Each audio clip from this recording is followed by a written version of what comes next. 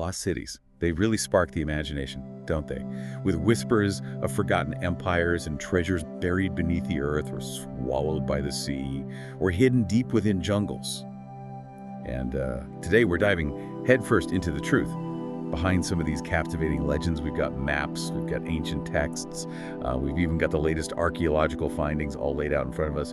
So are you ready to separate fact from fiction? Absolutely. What I find most intriguing about these tales is how they weave together history and mythology and human desire. Really, they challenge us to consider what might be hidden just beyond our reach. Okay, so let's start with the legend that really kind of kicked off our fascination with lost civilizations, Atlantis.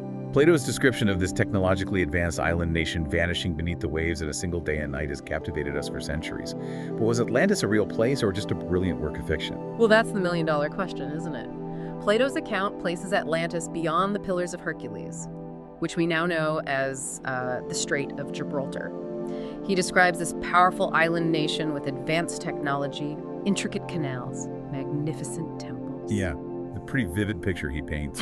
But if we're talking real-world inspiration, there's the Minoan civilization and the devastating volcanic eruption of Thera, around 1600 BCE. Could this have been the seed for Plato's story? What do you think?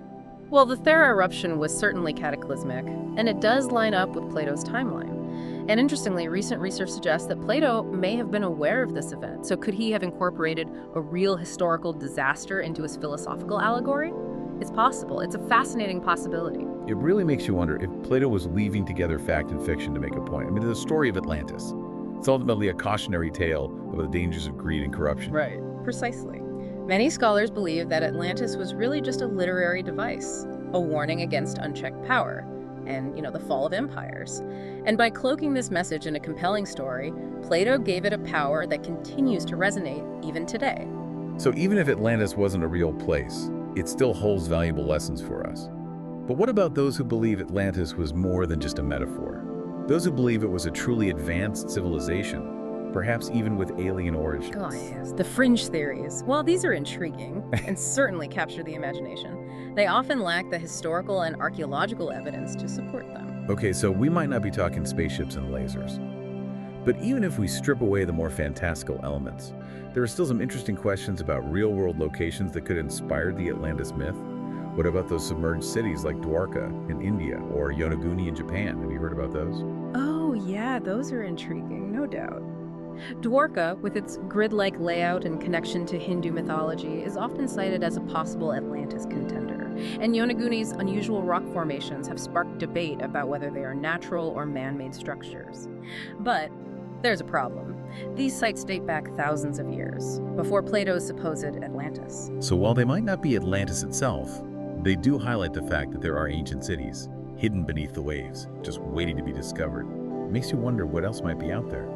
But for now, let's leave the ocean depths and journey to a different kind of lost city, one shimmering with gold, hidden deep within the jungles of South America, ready for a little El Dorado. Lead the way. El Dorado's story is a captivating blend of indigenous history and European ambition. Unlike Atlantis, which sprang from a single source, El Dorado evolved over centuries, fueled by whispers of a golden king and a city paved with riches. Right.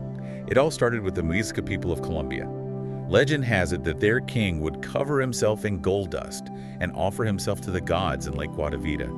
Can you imagine witnessing that spectacle? I can only imagine the impact it must have had on the Spanish conquistadors, who arrived centuries later, with their own dreams of gold and glory. It's no wonder they became obsessed with finding El Dorado, transforming the legend of a gilded king into a fantastical city overflowing with unimaginable wealth. But did their tireless pursuit ever pay off? Well, despite numerous expeditions and countless lives lost, no glittering metropolis ever materialized. They scoured the jungles driven by rumors, fueled by greed. But the El Dorado they envisioned remained elusive. It seems like El Dorado might have been more about the journey and the insatiable human desire for wealth than an actual destination. But hold on, what about those lost cities recently discovered in the Amazon? The ones belonging to the Xingu people. Could they be the inspiration for the El Dorado myth? That's a compelling question. While they weren't cities of gold in the literal sense, the Xingu people did create sophisticated urban centers with complex social structures and impressive architectural achievements. These discoveries certainly challenge our assumptions about pre-Columbian civilizations in the Amazon. So maybe the true El Dorado wasn't about literal gold, but the wealth of knowledge and cultural complexity that we're only beginning to uncover.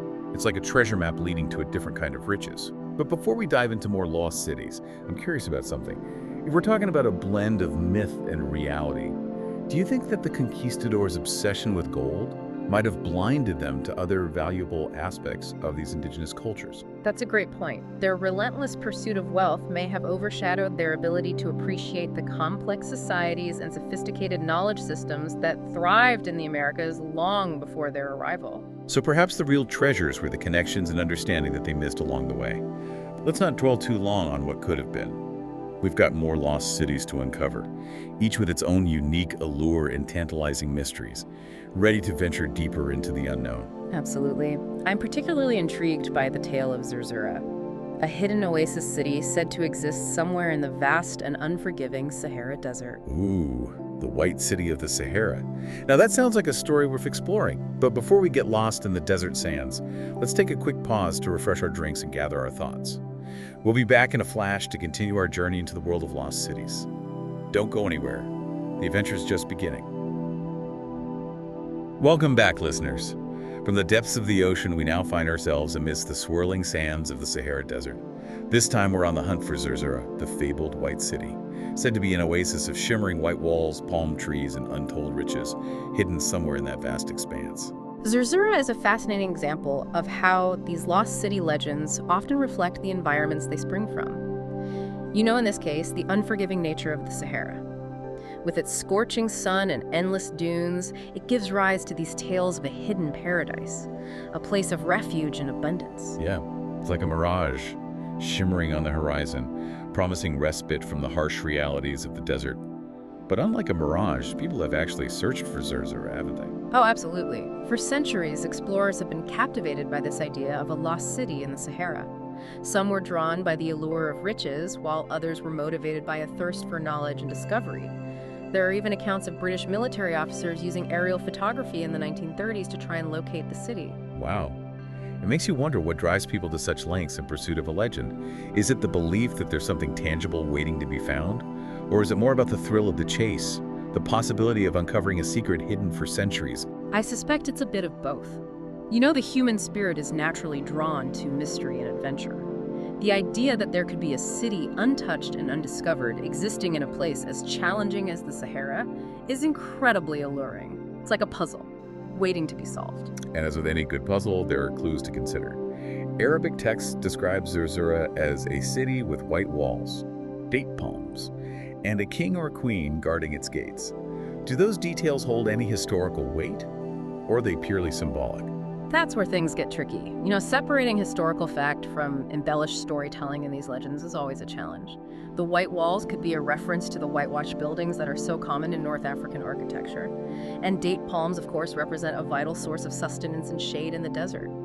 As for the king or queen, well, that could be a way of personifying the power and allure of the city itself. So while we might not find a literal king sitting on a throne, those details might offer insights into the cultural and environmental context of the legend. But if we're talking about kings and lost empires, the legend of Paititi takes us in a whole different direction. Instead of the desert, we find ourselves deep in the Amazon rainforest, searching for the last refuge of the Inca Empire. Paititi. Now, this is a lost city legend that blends history and mythology in a particularly compelling way. We know that the Inca Empire was a vast and sophisticated civilization, and the story of Paititi speaks to the possibility that their final chapter is yet to be written. Okay, here's where it gets really interesting. Imagine this.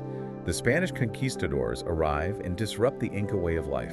But instead of surrendering, a group of Inca led by their emperor flee into the depths of the Amazon. Carrying with them their treasures and sacred knowledge, they establish a hidden city, Paititi, where they can preserve their culture and perhaps even plan a future resurgence. It's a story that resonates with themes of resistance, resilience, and the preservation of cultural identity in the face of overwhelming odds. And unlike Atlantis, which is shrouded in ancient Greek philosophy, Paititi has a direct connection to a very real historical event, the Spanish conquest of the Inca Empire. And that historical context makes the possibility of Paititi all the more tantalizing. It's like a missing piece of a historical puzzle, a chance to understand the Inca civilization, beyond the Spanish perspective. Exactly. And the Amazon rainforest, with its vast and unexplored areas, offers plenty of space for a city to remain hidden for centuries. Who knows what archaeological treasures might be waiting beneath the dense canopy? It's exciting to think that there could be remnants of the Inca Empire, untouched, undiscovered, waiting to be found. But before we get too carried away with dreams of uncovering lost Inca cities, let's shift gears for a moment and talk about a lost city that's actually been found. A real-life city, swallowed by the sea and rediscovered centuries later. Helike. Helike is a fascinating case study because it reminds us that sometimes these lost city legends are rooted in actual historical events. Unlike Atlantis, which exists primarily in the realm of philosophical allegory, Helike was a real Greek city documented in historical records. And its story is a sobering reminder of the power of nature. In 373 BCE, an earthquake and subsequent tsunami wiped Helike off the map, submerging it beneath the waters of the Gulf of Corinth. It's a tragic tale, but what makes it even more compelling is that Helike was rediscovered in the late 20th century. After centuries of being lost beneath the waves, archaeologists finally located the ruins of the city, offering a tangible link to a past that was once thought to be irretrievably lost. It's like a window into the past, a chance to see firsthand how a civilization lived, and ultimately how it met its demise. I remember seeing photographs of the Helike site shortly after it was discovered. The way those ancient columns and streets emerged from the seabed, it was a truly breathtaking sight. It really brought home the reality of these lost cities and the stories they hold. It's a powerful reminder that the past isn't always as distant as we might think. Sometimes it's just waiting to be uncovered, whether beneath the waves, buried in the sand, or hidden within a dense jungle. But speaking of the past, I'm curious about your perspective on something. We've talked about lost cities in such diverse environments, from the ocean to the desert to the rainforest. Do you see any common threads that run through these legends regardless of their geographic location? Well, I think one common thread is this idea of a lost golden age, a time when civilizations were perhaps more advanced or more in tune with nature than we are today. These lost cities become symbols of that kind of idealized past, a past that we long to connect with. Yeah, it's like we're searching for a blueprint, some lost wisdom that can help us solve the challenges we face in the present. But alongside that yearning for a better past, there's often a sense of caution embedded in these stories, too. Right, absolutely. Atlantis, with its dramatic downfall, it serves as a warning against hubris, the dangers of unchecked ambition. It reminds us that even the most advanced civilizations are vulnerable to their own flaws. And then there's Dorado, with its relentless pursuit of gold, speaking to our own insatiable desires, and the potential consequences of prioritizing material wealth over other values. Right, these stories, they offer a reflection of ourselves, both our aspirations and our anxieties. They invite us to consider what truly matters and the kind of legacy we want to leave behind. So while some lost cities might be purely mythical, they all tap into something very real about the human experience. Our hopes, our fears, our longing for connection and meaning. And perhaps that's why these stories continue to fascinate us. They offer a way to explore these profound themes through the lens of adventure and discovery, which I think is really cool. It is cool, but it's not just about storytelling anymore, is it? We're living in an age where technology is allowing us to make incredible discoveries about the past. That's right. Advances in satellite imagery, ground-penetrating radar. Even LiDAR technology is revealing lost cities and ancient settlements at an unprecedented rate. It's a truly exciting time to be studying the past. It really is. Yeah. It seems like we're on the cusp of a new age of exploration, with the potential to rewrite history books and challenge our understanding of ancient civilizations. I couldn't agree more. And the most exciting part is that we just don't know what we'll find next. Each new discovery has the potential to change our understanding of the past in profound ways. Well, we've covered a lot of ground today, from the mythical Atlantis to the real-life Helike and everything in between. It's been a fascinating journey through the world of lost cities and the legends that surround them. It's been a pleasure sharing these stories with you. I always find it inspiring to see how the past continues to spark our imaginations and fuel our sense of wonder. Yeah, me too. And before we wrap up, I want to leave our listeners with one final thought to ponder. What if the most incredible lost cities, the ones that will truly change our understanding of history, are still out there, waiting to be discovered? That's a tantalizing possibility, isn't it? Perhaps the next generation of explorers, armed with new technologies and a thirst for knowledge, will uncover secrets that have remained hidden for millennia. And who knows, maybe one of our listeners will be the one to make that groundbreaking discovery. So keep exploring, keep questioning, and keep your eyes open. The world is full of mysteries waiting to be uncovered. Thanks for joining us on this deep dive. Until next time, keep seeking those lost cities, whether in the pages of a book or out in the world.